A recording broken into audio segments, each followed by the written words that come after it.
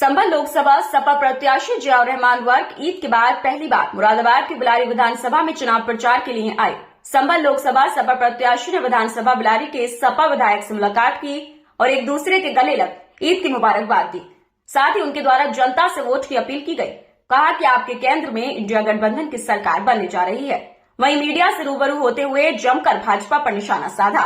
उनके द्वारा कहा गया कि लगातार भाजपा सरकार द्वारा झूठे वादे किए गए हैं।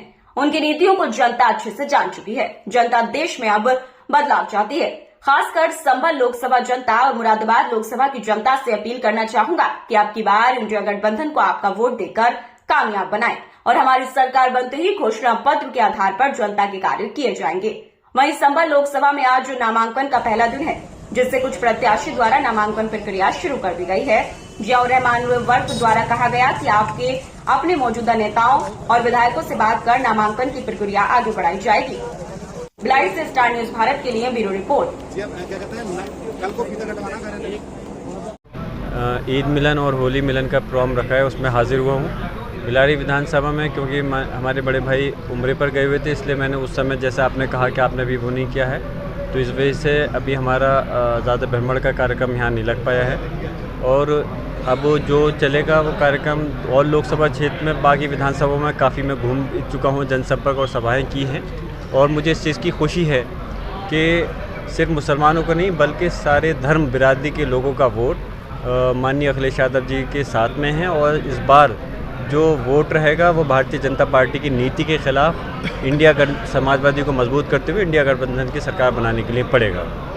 आज जैसे कि मुरादाबाद में सपा की बातों और सारे किए गए पुराने, मुझे सुनकर के उनकी ये बात हंसी भी आती है और अफसोस भी होता है कि कम से कम इस टाइप की बात उनको करना चाहिए जिनके घर खुद शीशे के हुआ करते हैं, वो दूसरे घरों पे पत्थर नहीं मारते, जिन्होंने खुद लोगों से झूठ बोल करके गुमराह कर करके धोखे दे करके सरकार बनाई थी इस प्रदेश और देश के अंदर। और जो जब वादा पूरा करने का वक्त आया तो कहा कि ये तो जुमला था, हमने जो बोल दिया था। और वो आज समाजवादी पार्टी को कह रहे हैं। समाजवादी पार्टी ने जितने भी अपने मैनिफेस्टो के अंदर वादे किए थे उनको लगभग सभी को पूरा करने का काम किया है। और भारतीय जनता पार्टी एक ऐसी झूठी पार्टी है जिसने सबसे पहले 2014 में जब सरकार बनाने से पहले कहा था कि हम हर नागरिक के, जबकि मामला पुराना हो चुका है, लेकिन उनकी इस बात पर मैं बताना चाहता हूँ कि हम हर नागरिक के खाते में 15 लाख रुपये डालने का काम करेंगे। 15 लाख तो छोड़िए, किसी के खाते में 1500 के 15 रुपये भी इन्होंने नहीं डाले। और फिर उसके साथ साथ इन्होंने कहा था कि हम काला धन वापस लाएंगे।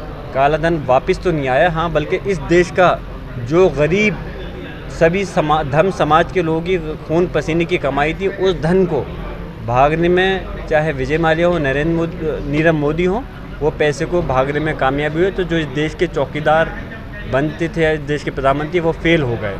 तो इस वजह से भारतीय जनता पार्टी ने किसी वादे को पूरा नहीं किया, ना काला धन लाया, ना भ्रष्टाचार ख़त्म किया। महंगाई ख़त्म करने की बात थी, महंगाई ख़त्म तो छोड़ी, चरम पर है, कमर तोड़ महंगाई है। डीजल पेट्रोल की कीमतें आसमान को छू रही हैं, 100 रुपये के करीब पहुंच गई। जो गैस का सिलेंडर 400 रुपये का था वो आज 1100 रुपये पहुँच गया। रोज़गार, ख़ास तौर से मैं नौजवान हूँ, अपने नौजवानों के दर्द को समझ सकता हूँ। रोज़गार कहा था 2 करोड़ हम हर साल देंगे।